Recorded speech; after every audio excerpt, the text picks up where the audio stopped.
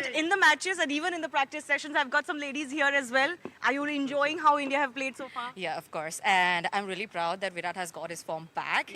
And I'm really sure that they will win in Adelaide because Adelaide ground is Virat Kohli's favorite ground. So yeah, let's hope for the best and we'll definitely see India in finals in MCG. Yeah, absolutely. So it's been a good performance by the Indian team so far.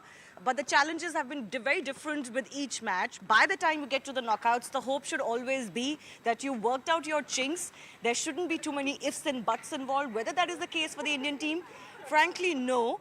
But nothing like a knockout, nothing like a semi-final of a World Cup to really charge you up. And that's what Rohit Sharma would be hoping happens for the men in blue. It's time to bleed blue, as I've been doing in Adelaide with camera person Guneet. In Australia, Shivani Gupta, News 18.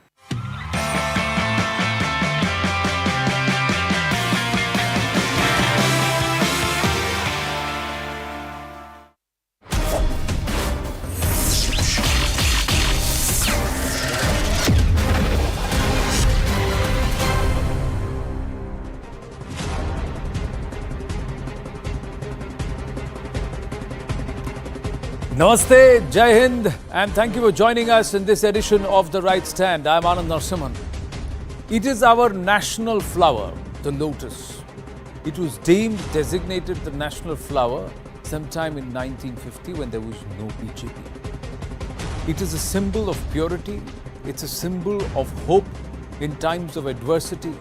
And as the Prime Minister put it, it is also a symbol for the entire world, which after emerging from the pandemic, an economic crisis and conflict all around, has the hope that it will emerge. That's why the 7 petals of the lotus hold the earth in our new G20 logo as India assumes its presidency.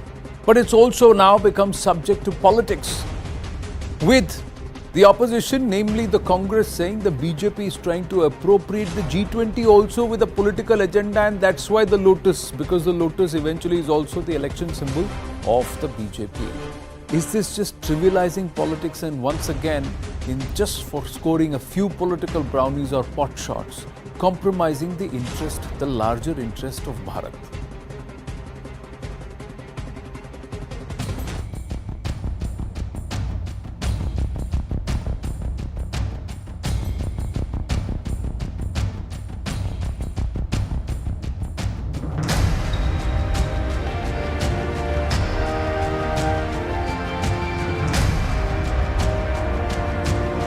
G20 में भी हमारा मंत्र है one earth, one family, one future. Bharat के यही विचार, यही संस्कार विश्व कल्याण का मार्ग प्रशस्त करते हैं। गुजरात और हिमाचल प्रदेश के अंदर चुनाव आ रहा है, इसलिए G20 के इस लोगो पे कमल का फूल लगाया गया। दुर्भाग्यपूर्ण है। ये भारत सरकार है या भारतीय जनता पार्टी की सरकार है? They are telling you that it is a national flower. You think is it going to fool the people from G20? You think the prime ministers of different countries and president when they come to India, don't they know that the political parties use a symbol? तो जो कमल का विरोध करने की बात करते हैं, तो ये निश्चित रूप से भारतीय संस्कृति और हिंदू धर्म के प्रति एक और अवमानना का प्रतीक है।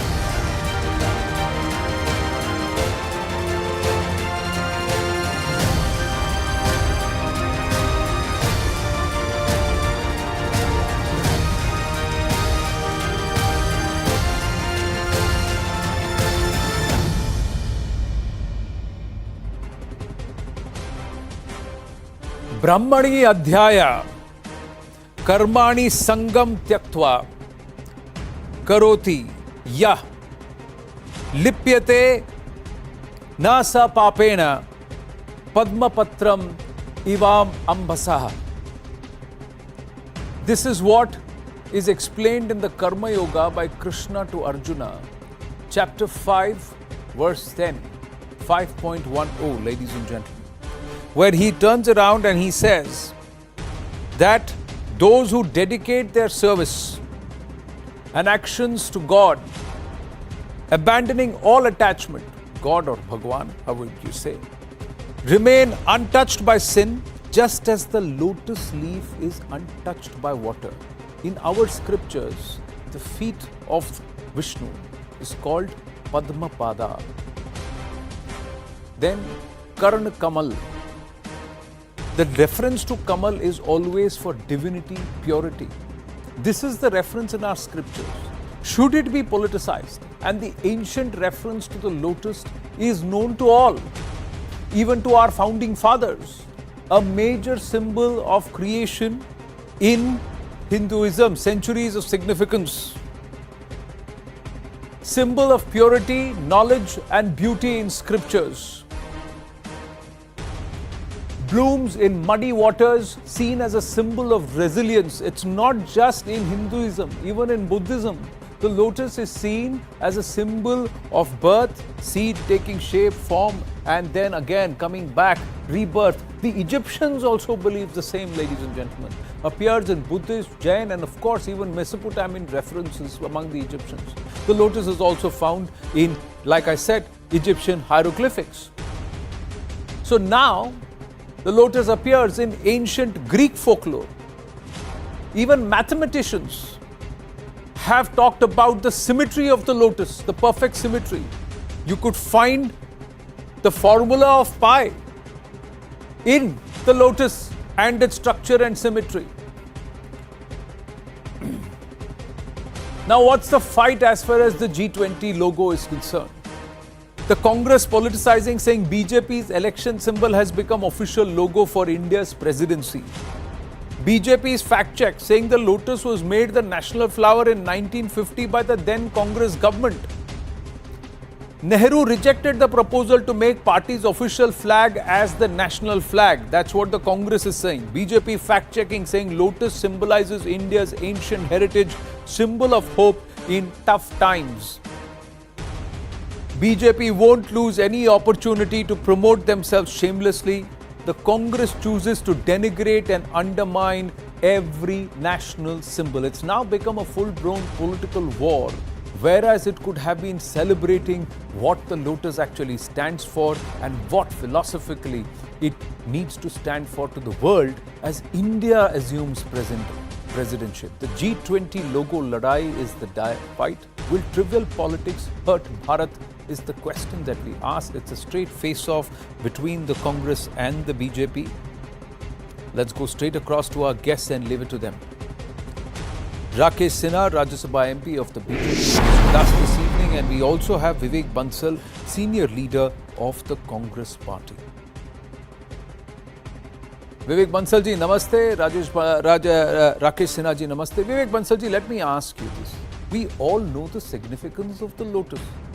Is it deliberately, is it necessary to try and attach it to the motives of the BJP? Somewhere don't you think that the Congress party is allowing the BJP to appropriate the lotus when they shouldn't be allowed to do so? Well, that's what we have our reservations on this. Lotus, on the one hand, happens to be the symbol of this ruling party dispensation. I don't think there was any need or inevitability that the lotus had to be kept as a logo, except for the fact that it's a intergovernmental meet, and there's politicization of this was not in the fitness of things. It should have been avoided at any cost. But the present government, let me say that it has become their want, or it has become their style of functioning, that they tend to politicize or they try to encash anything, be it may governmental, be it may international relations, trying to showcase everything. And I think it is a part of that scheme of things, what they have done in this. And at least any right-minded person, or it's not a question of just we Congress people opposing it, you ask any neutral... But then in trying to say that, aren't you allowing the BJP to appropriate the lotus which belongs to all those who believe in Brahma, Vishnu, Mahesh, Gauri, Saraswati, Lakshmi, Ganesh, Buddha, Jain, or even Baha'i? So yeah, that's how big this, and it belongs to the entire country. The lotus is our national flower. Exactly, this is our national flower. This is a part of our rich heritage, rich legacy, which is through religious testimonials, and other than that, through other social traditions and all. So I don't see that If that is the case, then why should the Congress allow the BJP to appropriate the Lotus by saying it is the BJP's political motive? It should have said it is all for Bharat, because it is the Congress that designated the Lotus the national flower. And that's why today Lotus is getting its true representation. And if the entire earth is going to be on the Lotus, the 7 seas, 7 continents, 7 nodes, then so be it.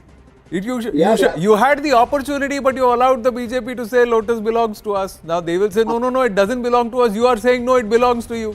That's what's happening if you were to see it from that perspective. But Rakesh Sinha ji, देखिए हर कहीं कमल लगा देते हैं आप, सब जगह appropriation कर रहे हैं. This is what the Congress's charge is. Vinod ji, let me get Rakesh Sinha ji's response. Then I'll come back to you, sir. You know the history of Indian party system is very rich. We have a very rich legacy of the party system. In 50s, 60s and 70s, we had parties which are still present here, and we had discussion on the issues, we had discussion on the agenda of the nation. We have never discussed such trivial issues. Unfortunately, the decline of Congress party to such an extent that they forget that the issues are something else to address the people. Due to lack of the vision, lack of the trust with the people, a lack of the leadership and the program, the Congress party is showing complete bankruptcy.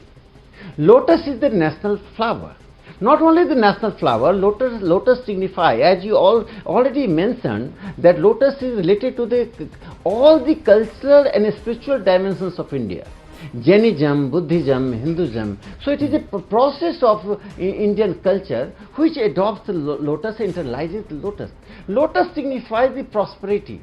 And G20, this is fortunate part of the nation is that Prime Minister Sri Narendra Modi ji has become a very significant and very decisive factor in the international politics. And the leadership is coming in his hand on 1st December 2022. The G20 is being presided by India and our Prime Minister Narendra Modi ji. We should have discussed the agenda of G20, Congress and BJP. What should be a good agenda? Rather than discussing the agenda, we are discussing the lotus. And what message we are giving? Anand, there is another dimension of that. Besides the lotus being the national flower, as you rightly pointed out, it was the Nehruvian era, it was declared national flower. The most important thing is that on the question of diplomacy, there has been consensus that we will not sabotage the nation's diplomacy.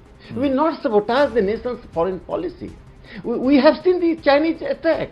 India was defeated. At that time also Janasangh and Socialists cooperated with the Nehru. Despite doing that, it was Nehru who was sabotaging the national security.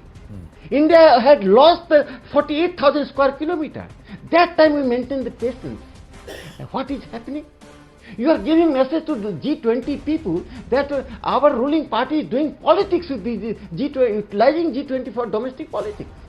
This is the bankruptcy and very ridiculous remark by the Congress party. I seek apology from the Congress party for defaming India and soliciting the support of the elements sitting in Paris, London and Lahore, who are already... No, but why are you attaching motive to what is the... If there are entities outside of Indian soil who are questioning or who echo what the Congress party is saying, are you saying that the Congress is in cahoots with them? See, they have raised a concern saying that G20 looks like an extension of BJP's agenda rather than a national agenda. That's the criticism. That's where the criticism... You've made a charge, so let Bansalji respond and then Rakeshji, please respond. Ji. Well, that's as you yourself said it. I think it is a part of that. It is a part of exercise. Basically, definitely nobody can have an objection as far as the reverence to Lotus is concerned, as far as Lotus being the national flower of this country is concerned, and the genesis of it, coming down from the generations, be it may Hinduism, be it may Buddhism, Jainism, and cultural legacy. But at the same time, I think discretion should be the better part of Vela. And as they say, as our learned friend was saying, that we should have said this, that we are definitely, it's a matter of pride that we are hosting this G20. But at the same time, it is the baton is being passed on from Indonesia. And secondly, Was it not in the fitness of, again I would say, not in the fitness of thing that leader of opposition, or since there is no official designated leader of opposition, but Congress should have been consulted as a preliminary preparations for this G20 and should have been made. No, but why, sir? Why Sarkar? सरकार overwhelming mandate अगर BJP की है तो why do they need to consult the opposition on what should be the G20 reference and why should the Congress, has the Congress in the past ever consulted the BJP when you have decided on such matters or on such conferences? Definitely. We have an instance when Mr. Atal Bihari Vajpayee was being sent to Geneva for the talks in UN. Yeah, but that is under a prime minister. That is under a prime minister which the current disposition of the Congress refuses to even acknowledge or recognize.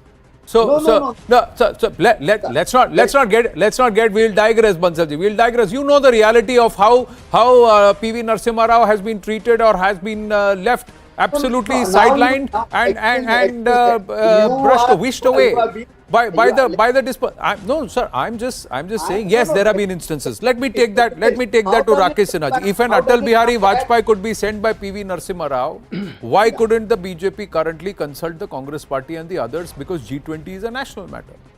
Yeah, definitely G20 is a national matter. Rakesh ji, respond. The foreign policy is a non-political matter as far as domestic politics is concerned. And foreign policy is not only decided by politicians but experts belonging to every section of society. And these experts don't belong to a particular political party. We know the process of policy formulation and policy implementation. So you cannot question the policy formulation of foreign policy. It is the vision of the Prime Minister which is very significant, but as far as Congress allegation is concerned, I am responding. They lack the sense of history.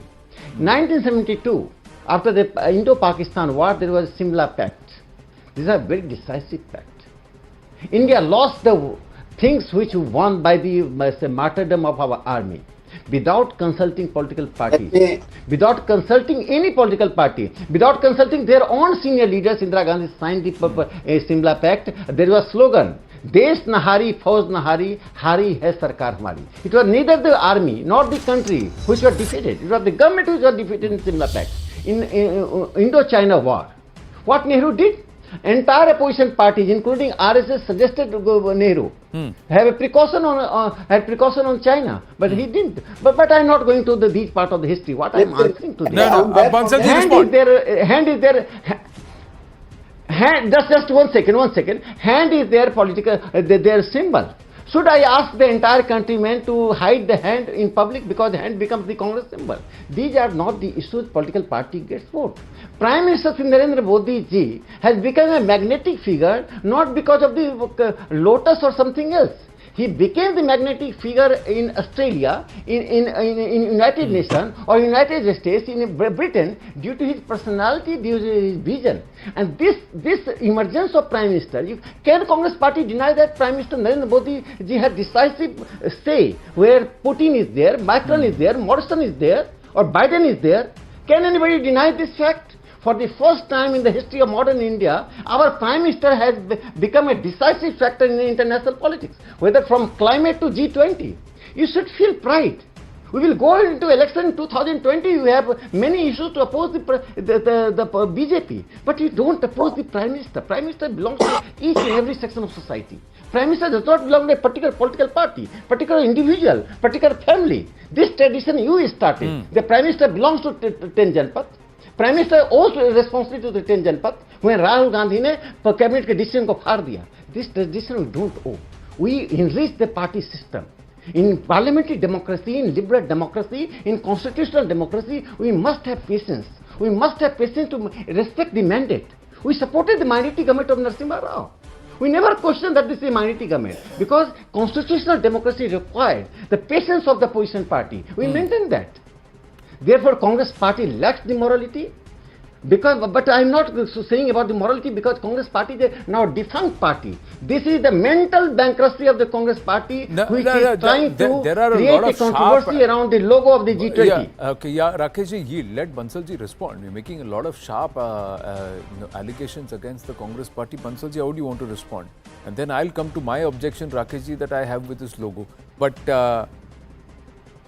Vivek ji. Well, But you see, our friend is constantly harping on the fact that regarding Shimla Pact, that not going into the intricacies of it, what all pressures were there. India at that point of time, it in itself was a big achievement that we could face the fear, or we could face the guns of United States of America's 7th Fleet. Nobody is giving credit for that to Mrs. Indira Gandhi. She was stoically she faced all that, and she accomplished the task. And after consulting, and also where I am coming to is, as far as Shimla Pact was, there were lots of pressures. India at that point of time had not become a full-grown atomic power, or that way. India was not an atomic power where it had to face the pressures of the international community, and on that, and the pressure of the refugees was tremendous. Pressure of these prisoners of war on this. At that point of time, we had not been surplus with our food grain production. It is an achievement of this government, Congress government, or the successive prime ministers, be it may Congress or others, that India became self-sufficient in food grains and all. So those all pressures were there. Our friend is saying that we have squandered away all the gains of the 1971 war, or Nehruji was alone responsible. We should go into the circumstances. When 62 war took place, India was emerging into a country. India after a if we get into that, Bansalji, with due respect, if we get into that, we will digress from the debate at hand, because it was under a prime minister who wanted to do away with the entire armed forces of this country, because he said we are a nation of ahimsa, who will attack us. And despite constant reminders from Sardar Vallabhbhai Patel that the biggest threat for us is China, and we need to ensure that our armed forces and our deployment is done and our infrastructure is robust. And this is as early as 1952, a decade before China's attack, this had happened. And even before Sardar Patel's demise in 1950, 1948-49, he had alerted Jawaharlal Nehru, saying that you cannot. And this is around the time when Mao Zedong came out, talked about and set out the 100-year roadmap for the Chinese ascension, 1949. But I don't want to get into all of that. We will digress. Let's come back to this logo and why oppose the Lotus. 1958, Jammu and Kashmir Cricket Association's logo is a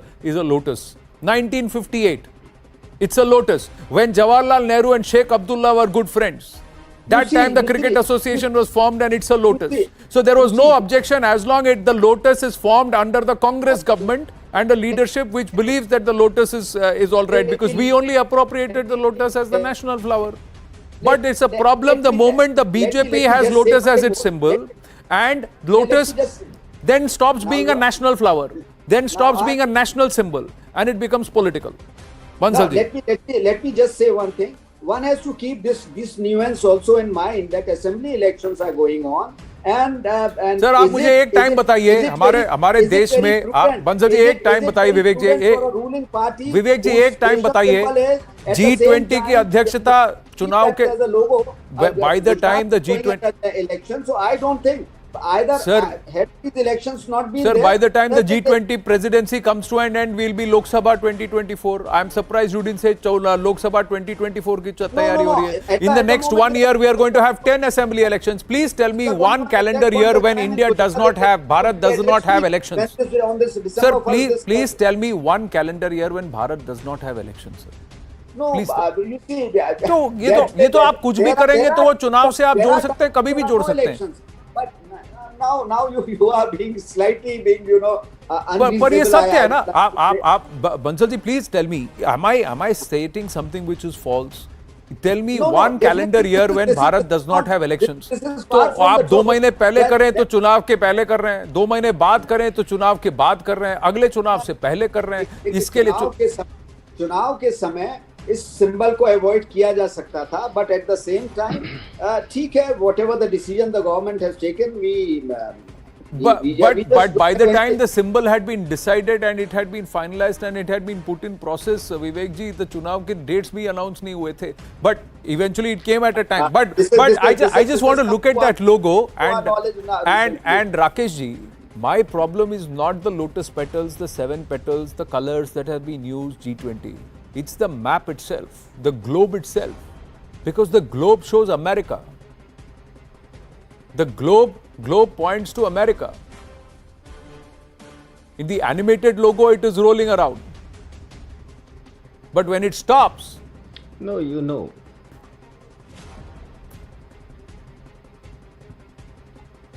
Hello. Rakeshji, Yes, you know, this G20 is a very significant platform for the European nations as well as basically what is called South and North division in the world. This is a very happy combination of the two. When the Prime Minister is presiding that and India is presenting a logo, we should not be a sectarian and give the message to the world community and the powerful nations that we are misusing becoming the host. This is the tradition of India to give the message that we belong to the world, you belong to us. So you are not very narrow-minded, and the logo has been created with compatibility with our tradition of harmony and fraternity with the world community was very good to come. But what is more important here, that Congress party is saying that since election is coming, so Lotus can influence the voters. So every voter goes to vote, even BJP or Congress or left or the overseas people go to vote with hands. We see hands before voting. Then I will vote to the Congress.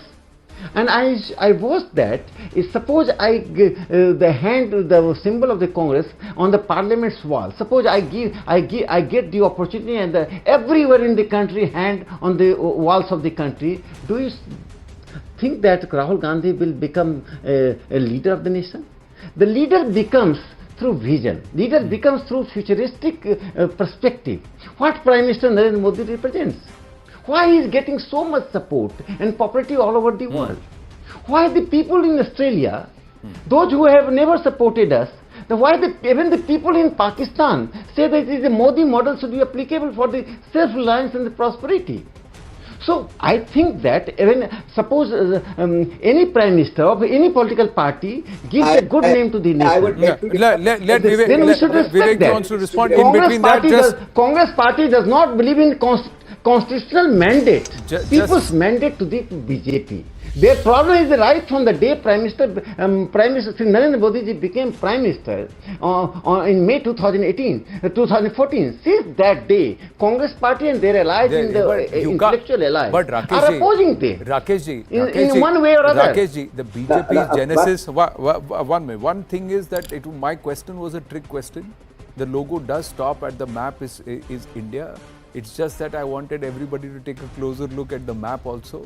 But the map, when it turns around and it does stop, eventually it does stop at Bharat. So it doesn't stop at America.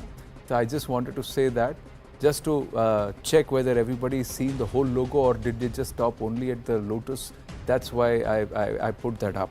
The other part is that, Rakeshji, you may say that the Congress is obsessed with Prime Minister Narendra Modi. And they have been obsessed with Prime Minister Narendra Modi since Gujarat, 2006, 2007 onwards they've been obsessed. But the BJP has also been always obsessed with the Congress. Your political narrative works only around defeating, deflating and punching the Congress party. So this is something which both these parties love to do. No, I'm answering. Congress leadership loves to hate PM Modi and the BJP. The BJP cannot look at a political narrative without bashing the Congress party. No, I am answering that in parliamentary democracy and party system, the politics cannot be perpetuated in vacuum.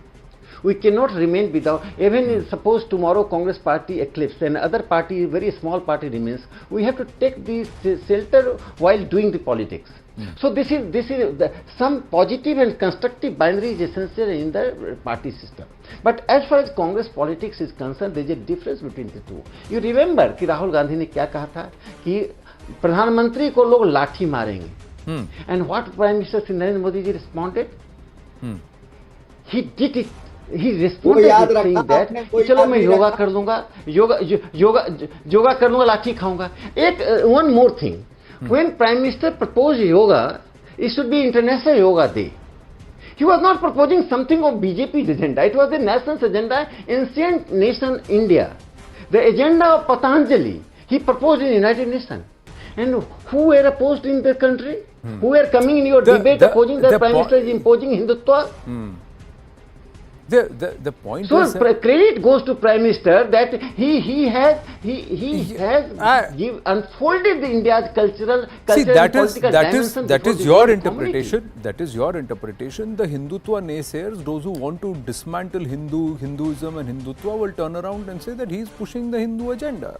So that's going to be the counter narrative. But for the Congress party, does it make sense to oppose anything and everything that the Prime Minister does or this government does, Vivek Bansalji, or do in some matters, just like Atal Bihari Vajpayee decided to represent the country despite being in opposition, the opposition should also put the country first and not their hatred for PM Modi? Yeah, I agree to that. There are certain spheres where we should be discreet enough, where national interest should not be compromised. That should be of paramount interest. And I think if at all this reservation has been raised, it is just basically putting forth our point of view. Definitely when the summit starts, nothing of this sort is going to be there. So it is not that we are trying to create a controversy over it. We just had certain reservations. We mentioned that. So why are we talking about that? Basically, not that we have raised a furor about it throughout the country or but basically, it's just definitely we would honor the summit, and we would wish the summit all possible success. That it is above the objective, it achieves its goal, and that is it. Bansalji, thank you. On that note, I have run out of time on the debate. Let's hope that this rests here and we celebrate Bharat and the ancient history and heritage of Bharat and get the world to recognize it and respect it. Rakesh Sinhaji, Vivek Bansalji, thank you very much. Namaste. Namaste. When we come back, ladies and gentlemen, it's a very, very interesting, engaging conversation. Where does this entire anti-Hindu narrative come from? And we have Swami Vigyanand, Hindol Sengupta and Sadhvi Jaya Jyoti joining us to tell us, Hindu, is it a Persian word? Is it a dirty word? Or is it one that is ensconced in Bharat? It's just that we don't know our grammar in Sanskritam. Panini's grammar, is that the cause for all of this? Stay with us.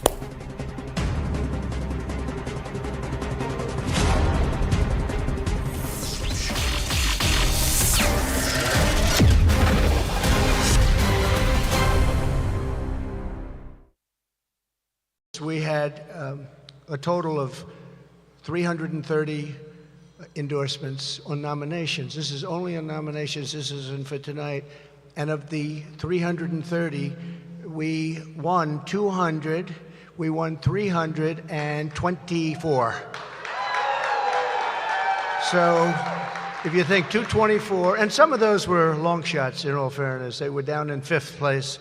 We had a lot of people in fifth place that went to first, but it was 224 out of 330, and that's a pretty good number. And then tonight, because they kept saying, well, he's good on nominations, but is he good on the general election? So as of this moment, and we have some out there, we are 80 wins and 3 losses. Is that good?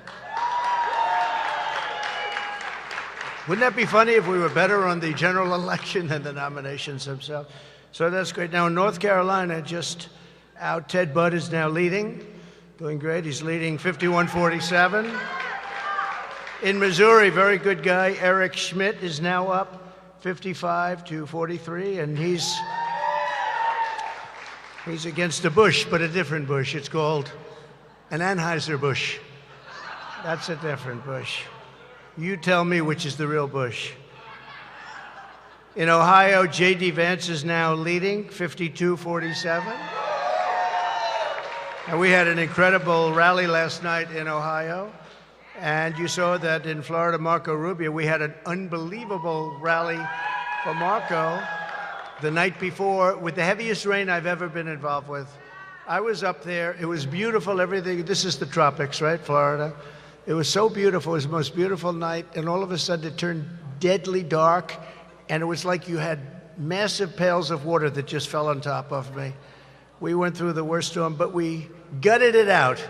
I had no teleprompters. We had 45,000 people out there. We had no teleprompter.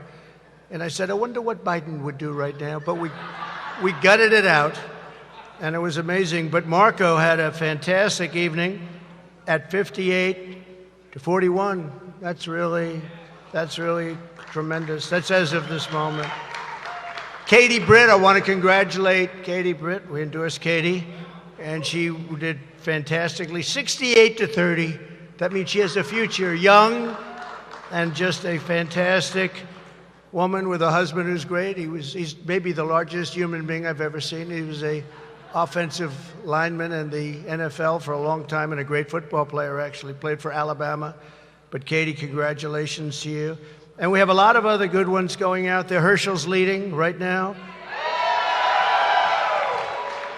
So we have a lot of big races going on right now. So enjoy that, enjoy the food, and enjoy everything. And really, in all fairness, it is a great honor to have the media with us. And we hope you enjoy yourself and this wonderful group of people. These are the people that you read about.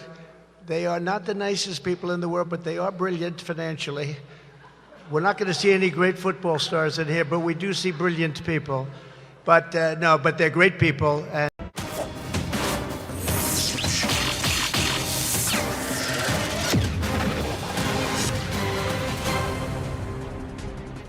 Namaste. What does being a Hindu mean to you? What does the word Hindu mean? Are Hindu, Hindutva, Hinduism different? How did this ism come into being Hindu? If we are in Hindustan, why can't we call ourselves Hindu? And how is it that elected representatives are saying that Hindu is a bad word? How is it that there are people standing on stages administering oath that derides being a Hindu? How is it that there are people walking around saying, throw your gods and goddesses, throw your deities, your idols into wells because it's bad to be a Hindu?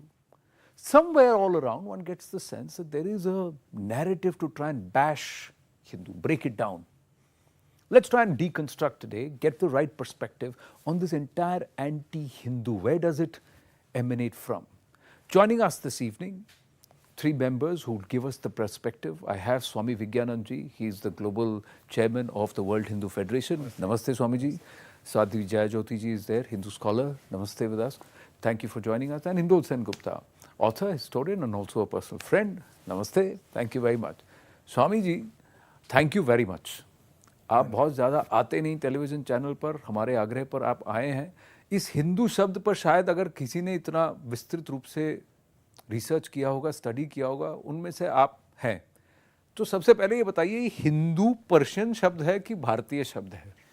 देखो क्या, first you have to understand Hindu is a pure swadeshi Bharatiya word coming from the Sanskrit word, and there is no doubt any scholar, east, west, everywhere, everybody agree that this word started from Sindhu.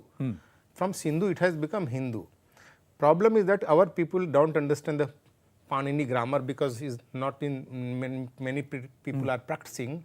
If you read the grammar, I will just give you, not very technical for your audience, you know, how the word sing is made, you know. The Dhatu is a hinsa, hinsa. In Prishodra Dini of Patistam, there is a sutra of Panini, there is a sutra. Again, there is a word viparya, you know. Okay. Here in place of sa, ha. In place of ha, sa. The same way in our Sanskrit parampara, Sanskrit grammar methodology process, in place of sa, ha is there. Correct. And in Sanskrit, you go in even Prakrit also. Prakrit, Jain literature also, in Prakrit also you will find sa in place of sa, ha. In many places, not one, I can give you, but that become technical for your audience, they will not be able to understand. Again, I will give you another example, Assamese, you know. Assam has no influence of the Persian, you know. In Assami language, everybody pronounce sa as a ha. You know? So it becomes ahom. Ahom. And not, we go in Government of India dictionary, they have all listed the word, you know, how sa in a Padadi sa has become ha.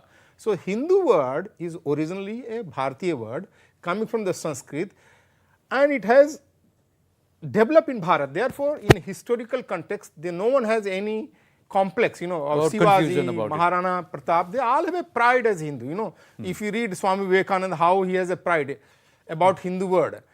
This problem when started in the 18th, 19th century, some of the Indian Muslim scholar, Indian Muslim scholar, mostly they wrote Lugat called Persian dictionary. Dictionary. Jawaharlal Lugat, Firul Lugat, Gyasul Lugat. And wrote meaning of Hindu word Kala, Kafir, Chor. That is the meaning. See, when I did my research on this, so I searched all the oldest Persian dictionary. If you see the old Persian Arabic, Hindu word has very good meaning. I will give you an example. Muhammad Sahab, the wife, Hazrat Khadija. Hazrat Khadija was married before Muhammad Sahab twice. One husband name was Atiq bin Azad. Atiq bin Azad, one daughter with Khadija. Her name was Hind. Hind. So Hind is beautiful. Beautiful in Ibn Arabic. And she was the wife of Abu Sufyan, and she is also mother of Prophet Muawiyah in that tradition. Coming to the Persian tradition, Hindu word is very beautiful. There is an English word, I am translating you, black molar mistress chicks. लड़कियों का गाल पर होने वाला काला तिल. Anybody will understand. So it's a beauty spot. Beauty spot. Same में लड़कियों का दिल चुराना वाला प्रेम. A person who steal the women heart. ये मीनिंग है ओरिजिनली. और बहुत सारे जैसे फरहंगे अमीद पढ़ोगे, रिचर्डसन का पर्शियन डिक्शनरी पढ़ोगे, भारत के बारे में लिखता है विशिष्ट धर्म, यूनिक धर्म भारत, है ना, मखसूसी दरंद. ऐसे बहुत पॉजिटिव है. वहाँ ग्वारपाटा को भी हिंदू लिखता है, क्योंकि ग्वारपाटा which is aloe vera now, is also Hindu because related to the beauty. Beauty. तो ऐसे बहुत सारे. भारत का sword, even sword of good steel is also known as Hindu. So all these meaning is there. But what happened during British time, Persian was unofficial, official government language. Yeah, even so Maratha courts used Persian at that time. Yeah. So when these Lugat were compiled and published, all our people are reading the same thing. And Swami Dayanand Saraswati got influence.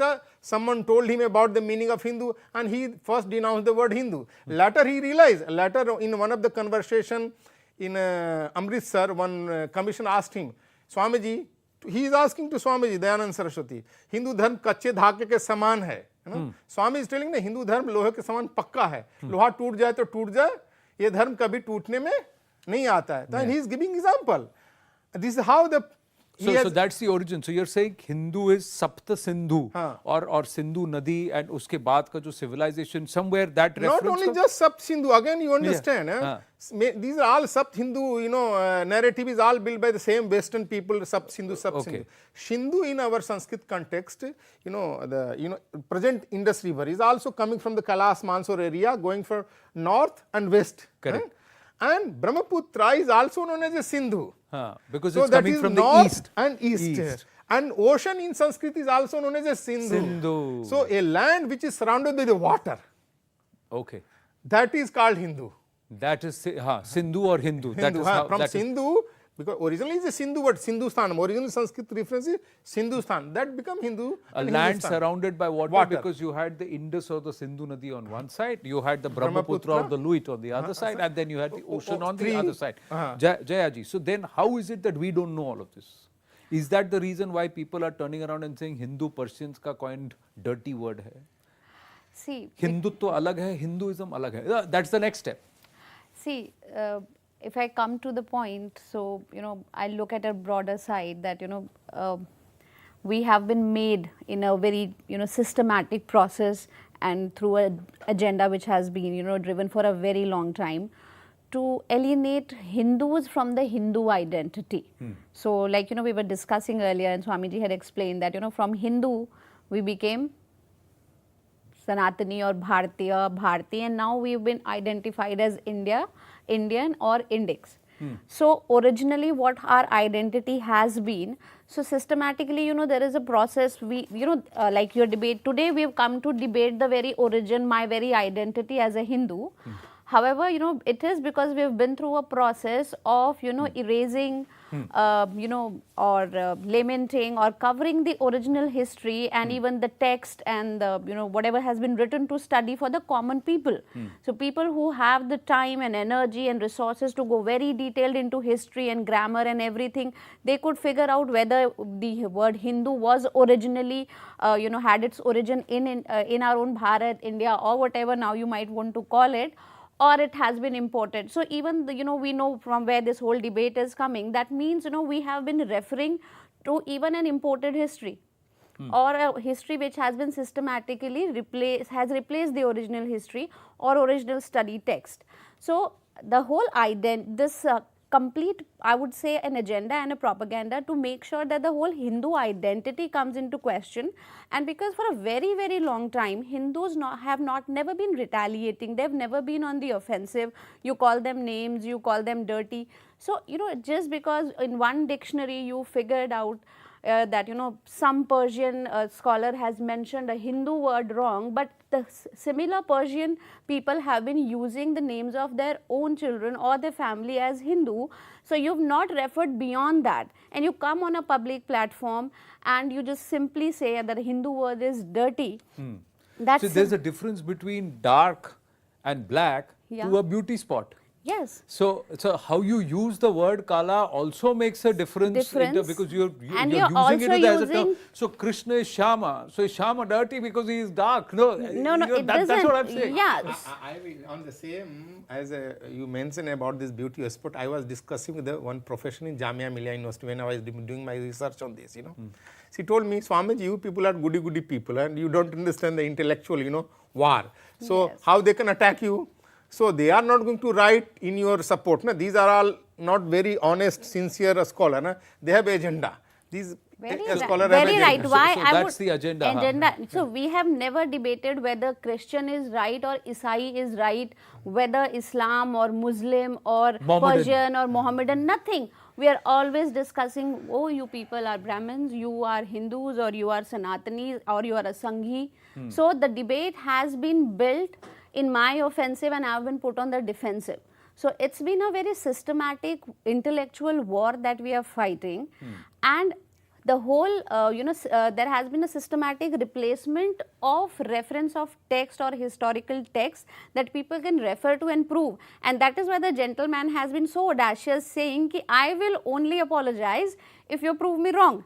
As if like he was very sure that there's no references at all available to prove him wrong. No, and he's convinced that he's convinced with the interpretation. He's not even challenging the interpretation that a nation that is called Hindustan, how can it be named a Hindustan or term if the name was a derogatory word? So you would expect someone like a Satish Jarkioli to even challenge that before making a comment. With that reference, even today, the temples in, you know, if you go beyond Maharashtra, temples today are now, we don't call them mandirs, we call them Devasthanam, Devsthan, right? So Sthan is where, so Hindustan. So in that context, when we refer to this definition of Hindu, which is emerging, originating from Sindhu and Sindhu Ghati Sabhyata or Sindhu civilization, everybody staying in the Indian peninsula is a Hindu. So you cannot tell yourself that you're not a Hindu. See, somewhere this also came or manifested in Savarkar's political definition of Hindu, where he said that anybody or everybody who believes that this dhara is your matrabhumi and your ancestors were born in this dhara, I will call you and I will deem you as Hindu. So, and he was quite liberal in his approach of what Hindu and what you eat, what you drink is not my concern as long as you politically believe that this is Hindu.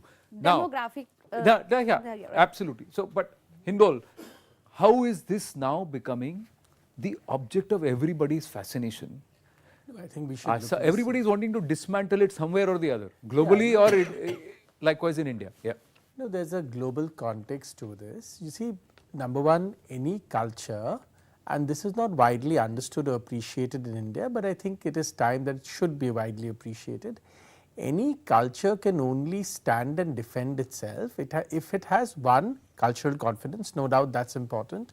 Number two, it must have the material conditions to back up that cultural confidence, right? What do I mean by that? I mean that, Swami Vivekananda was exceptional. From a colonial country, he went to the West, he had that, that confidence, he could speak to the West not only on equal terms, but superseding them. But Swami Vivekananda was not a normal, ordinary human being, there's no doubt about that. There was certainly divinity in the man, right? Not everybody has that context or not everybody has that cultural confidence. Now this cultural confidence comes, whether you look at Islam or Christianity or any other faith, they have been backed by very serious economic power. We'll come to the military power later, but economic power certainly, right? Now, all of this has become debatable because India is a rising power. You see, as long as we were poor, you could say anything to us, it didn't matter. You could say, put up any arguments, we didn't have the resources to defend it. We neither had the universities nor the scholarship, neither did we have the economic capabilities to mount any kind of defense. Now, India is today the 5th largest economy in the world. It will soon become, as early as 2027, it might become the 3rd largest economy in the world. Now, that economy has a cultural context, right? There's a reason why the Chinese today spread, in spite of being a communist nation, they spread Confucius institutes around the world, right? Now, Confucius was not a communist, let's be clear, right? Why do they do that? Because they have a cultural context and they know that cultural context is important for them to remain the 2nd largest and become the largest economy in the world. As India rises, please understand, nobody wants another billion strong nation to become a rising power. Who wants that? Why would anybody want that, right? You are going to rise up in the world and then disrupt the world order, obviously, right? So, how will you stop them from rising? One is economic, military, the other is this attack on the broader knowledge systems, right? Now, India today has the power to defend it because we now have money, we now have technology. So, we are defending, we are mounting a defense. Is it always an adequate defense? Maybe not, but there is obviously a sign that we are doing better and better each time. So, therefore, you will have dismantle Hindutva, but in that dismantle Hindutva conference, ironically, many people are saying dismantle Hinduism. Why dismantle Hinduism? Because this Hinduism has caste, and all of this is, none of this I am making up, all of this is widely available on the internet, these are all evidence. They said they are all different, but ironically in that very thing, they said for doing away with Hindutva, you need to do away with Hinduism, and somewhere towards the end it said you got to do there away are with Hindu. many, and So they said not it's all one person, many people said that, but what is the problem? You see, unless you have to understand this, how can a 1.4 billion strong nation be stopped? One of the easy ways to stop it is if it breaks down. If it breaks down into, if it balkanizes, in international relations we used to use the word balkanize. If it balkanizes, how will it balkanize? Well, unlike the Chinese where everybody is a Han Chinese, India doesn't have everybody is, of a particular sort of ethnicity.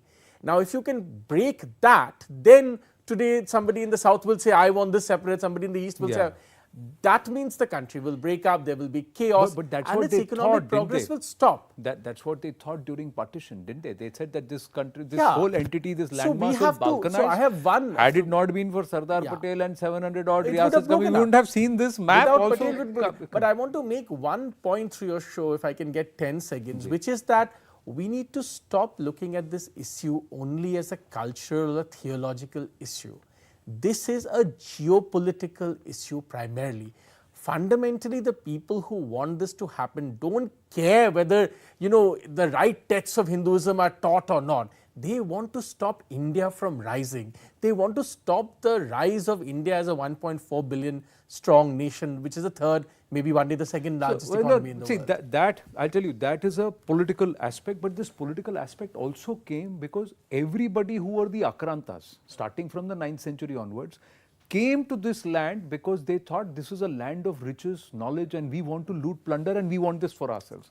And today what's happening is, and correct me if I'm wrong, from the 9th century onwards the invasions happen, बाकी सब तो गायब हो गए, ये एक अभी भी खड़ा हुआ है, ये भूभाग और यहाँ की संस्कृति संप्रदाय कहीं ना civilization. But आपने एक बहुत pointing out, what you are telling is very important. I always tell that this is unfinished agenda, business of our enemy or opponents. There is a very popular poet in दीन हजा जी का बेबाक बेड़ा किए पार जिसने शाह तो समंदर मीन्स हाली का पोएट है ना हाली कि Islamic armada crossed 7 seas and everywhere they conquered, defeated, destroyed, looted, plundered and finished. Now no more. You can say Mesopotamia, Babylonia, Assyrian, everything gone, all the civilization. The same Islamic armada got drawn in the basin of Ganga Yamuna. So that unfinished business, you can say, is still pinching but them. Swamiji, this doesn't seem to be this. In fact, both the entities, the Abrahamic entities, which have been locked into centuries of crusade, seem to be having their own agenda for this landmass. No, because we are common enemy. There are deeper things. See, one part of it, India is unique in many ways, right? India is that one country, that one nation that could not be converted, that could not be colonized, right? And communist revolution couldn't be brought upon. तो तीनों में से एक भी नहीं हुआ. वो कभी converted में नहीं हुआ, कभी colonial rule से पूरा खत्म भी नहीं हो पाया, and communist revolution also could not happen here. So therefore, this is that one place, but what holds it together? Now the moment you ask what holds it together, then everybody has a problem. But you see, people like Radha Kumud Mukherjee, you know, one of the great historians of the past, they had no, and then later on, you know, people like Dayanayak wrote what Radha Kumud Mukherjee only wrote, right? They said that, look, if you look at the geography of India, it is sacred geography. What binds this land? You can say the Bengalis have nothing in common with the Gujaratis, and they have nothing in common with the Tamils and so on and so on. But what do they have in common? They have a sacred geography, which that geography is considered sacred by the people who live in this land. And that also binds that it geography give you the identity. Identity. I will give you Right. Swami Vivekananda. When Swami Vivekananda is coming to Jaffna, you know, when he returned from USA, he is talking about the Hindu nation in Jaffna in Sri Lanka. But now the same Jaffna has become Tamil nation, you know, later on, because they realize this rise of Hindu identity is very strong. So first we have to destroy the identity, and that identity is the Hindu identity which bind this country whole, you know. So now they have started attacking Hindu identity, and you know, from Hindu we came to Hindustan, then we came to Bharatiya, from Bharati we came to Bharati, and now we have come to India, and even India we have lost, we have become Indic, you know. Indic, yeah. This is how we are retreating our whole identity. But I want to understand, Swamiji, somewhere are we ourselves guilty of allowing our knowledge to erode, allowing the dissemination of knowledge not go, and taking your own example, like you said, no problem, no point ringing a fence around an oak tree if the termites are rendering it hollow from within. Are we guilty of allowing the termites? This is the problem, is that we have become superficial. Yeah? See, whole, you know, what Hindol mentioned, ki thousands of years struggle, attack, face and survive, you know. You can say, even once I was in Gurukul, Acharya asked me, what is the unique of Hindu? I told Swamiji, from Alexander, Scythian, Parthian, Kushan, Sak, Hun, Arab, Turk, Mongol, all they attacked.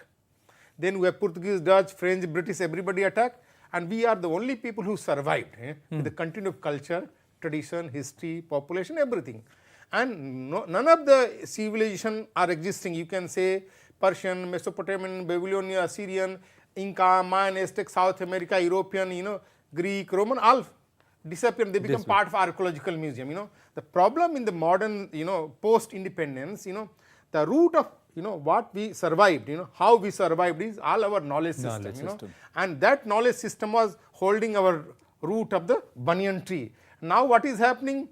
We have become like a superficial, and just like a municipality, you know. They put fence to protect the tree, you know, every year during the rainy season, many trees are falling in Delhi because they are all protected by the municipality, but root is hollow because of the termite, and that we are allowing. So I request young people to go invest time, study the knowledge, and then again, as Hindol mentioned, ki Bharat is rising.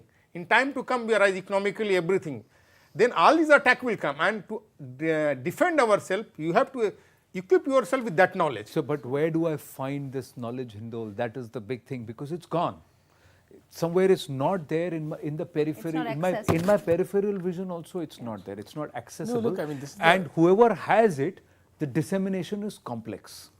No, of course, the dissemination is complex. It's also about, you know, one part of it is revival, the other part of it is dissemination, right? Look, for instance, it's not easy to tell people, you know, we were talking about Vivekananda, it's not easy to tell people, go read the 9 volumes of his own writings, right? I mean, how many people actually go and read the 9 volumes of Vivekananda, right? I mean, it's very difficult to do that. 40 seconds ka shorts ban raha hai, aap keh rahe ho 9 volumes padho. Exactly. So therefore, the point is that there are 2 things. But having said that, you know, I really push back against this thought that the only thing that should exist are these 40-second videos. No civilization has risen on the basis of 40-second videos, right? One of the problems of India is that we don't write enough serious books, right? Because, you know, many of, you know, our sort of whatever people who claim to know things believe that nahi, wo social media pe, you know, trend kar raha hai, that's enough. But social media पे trend करके आप civilisation नहीं बचा सकते. This is a stupid idea. लिख रहा है, अभी लिख रहा है, अभी धीरे धीरे. But you look at the greatest countries in the world, what are they doing? You know, America is the richest country in the world. It produces more books than anybody else, right? Look at Britain. It's a, you know, its power is failing or fading, and yet it produces huge amount of intellectual knowledge. Absolutely. I have run out of time. This is not a very small subject. It's a vast subject, but we've just perhaps touched the tip of the iceberg tonight, ladies and gentlemen. But I thank you. I want to read one paragraph which I And we'll wrote close about with that. Ji. Hindu is unbounded word and it symbolizes Sanatan, means eternal. Dharma means that which sustain, that which eternally sustain everything. Individual, family, community, society, animate, inanimate is a Hindu dharma. With this word you can close. Thank you very much.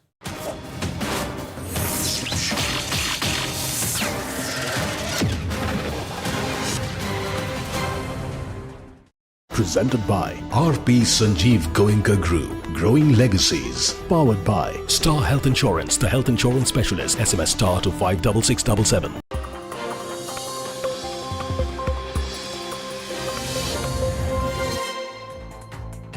Good evening, welcome to Brass Tacks. I'm Zaka Jacob. First it was Kerala, now Tamil Nadu has become the latest flashpoint, the state where the governor and the government don't seem to see eye to eye. In Tamil Nadu, a group of members of parliament are even planning to petition the president, asking her to recall the governor R.N. Ravi. They say at least 20 bills are pending before the governor, all of which has been passed by the state assembly. In neighbouring Kerala, there is an ongoing standoff between the governor and the state on the appointments of vice-chancellors. And today, the latest state happens to be the state of Telangana, where the governor Tamilisai Soundararajan has come out and said publicly that there were attempts by the TRS government to tap her phones. So who exactly in this ongoing war between governor and government, who is crossing the Lakshman Rekha? Kerala, Tamil Nadu, Telangana. 3 states, one big fight.